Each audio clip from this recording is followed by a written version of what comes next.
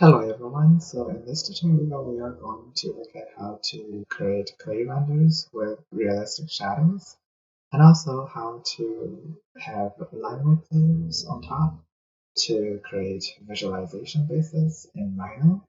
So as you can see, I have this file open and I've selected one of the main views, which is 3A. It's very important to save your views as you work on them, just so that you can always go back to them and make sure that the images you produce can always align. And I've also changed the trees so that they are facing the camera. If you are not sure how I did that, you can always go back to the previous tutorials. So now basically we've set up the scene to render, and the first thing we want to check is the sound. Then when we open the sound panel, we can see that it's on, and then we can change the time and the year and the date of the sound, and then Rhino would automatically adjust the direction of the sunlight and intensity. And I think I like this shadow, so I'm just gonna leave it like this and close this panel. The next thing we want to check is environment. So it's here at the ribbon on top. And what we want to see is that we need to have some sort of environment in this scene. In this case, Rhino Sky is good. And the next thing we want to check is the render settings. There's a few things we need to change under the render settings. The first is resolution and quality. I actually don't want to render the entire viewport, so I'll choose custom. And actually I want to render a 8.5 by 11 inch at 72 dpi, which is fine for this demonstration. But now I kind of don't know where it's cropped. What we can do is that we can go to properties and go to save frame option and turn on the show save frame in the active view. And there's actually 3 different rectangles here, which is kind of unnecessary. What we can do is to uncheck the action area and title area. So now this rectangle is the area that is going to be rendered. And now I can see that actually I put the 11 by 8.5 in the wrong direction. So I'm going to change that. Yeah, now this looks pretty good. And then the next thing we want to change is backdrop. I've always liked to just have a solid white background for the clay renders. And you want to make sure the sun and the skylight, both of them are checked so that there's realistic shadow. And that's pretty much it for the render settings section. And now we can move on to materials. Since in this tutorial we're doing a clay render, so we're not going to use any of the materials. So I'm just gonna delete all of them. Now I can just simply type render and start the rendering process.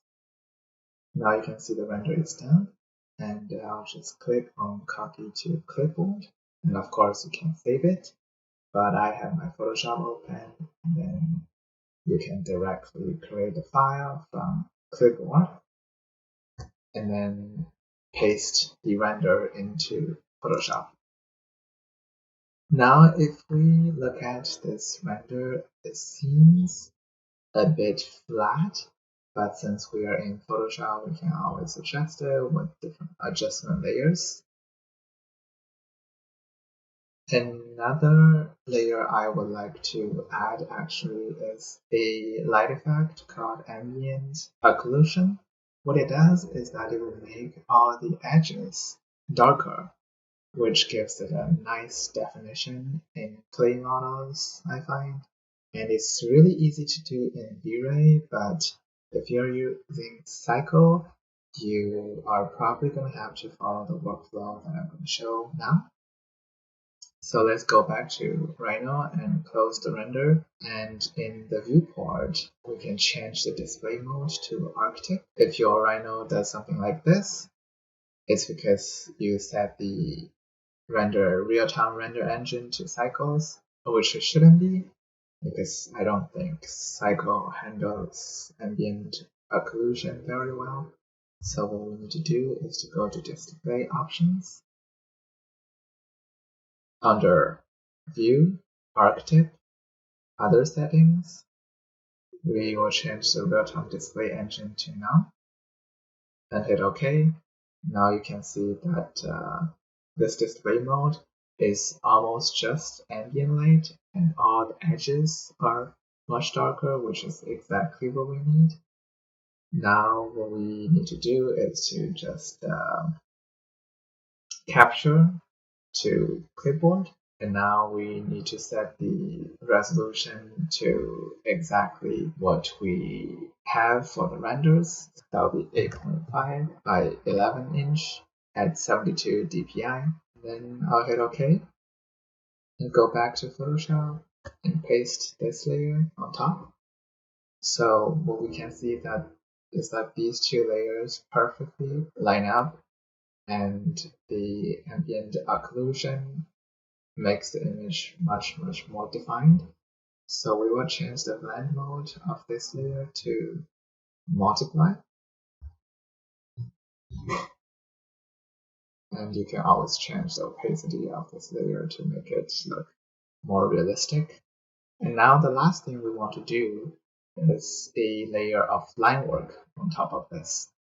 So let's go back to Rhino, and this time we want to go to the technical view, but this is not exactly what we want our line work to look like. We want the background to be white, and we don't really want to see all the hidden lines. So right click on the tab and go to display options. Under the view, technical, there's a few things that we need to change. Under the visibility, we can uncheck hidden lines. We can also uncheck text annotations, point clouds. And other things, you can try to turn them on and off, see if you want to keep those lines or not. But I would normally keep the curves, the edges, silhouettes, creases, and intersections. And then also in this menu, we can change the background color. Instead of using application settings, we'll give it a solid color, which could be white. And now you can see in the viewport, the background is white, and then the lines, and then we can see the lines that we want. But now we just need to change the color of some of the lines, and we can go to objects and expand the arrow in front of objects and go to curves. Instead of use objects color, we'll choose use a single color for all curves, and black is good, and 1 pixels is also good with me. You can of course change it and make it bigger, and we'll do the same thing with lines. And now this view looks pretty good to me. I'll hit OK and do the same thing to go to capture, to clipboard, and make sure that you have the same size and DPI, and hit OK. And then I'll go to Photoshop and lay this on top. Now we can see that this drawing also lines up perfectly with the rest of the two drawings. And we'll change the blend mode also to multiply. This looks a little bit too dark to me, so I'll just tune down the opacity to your liking. And there it is.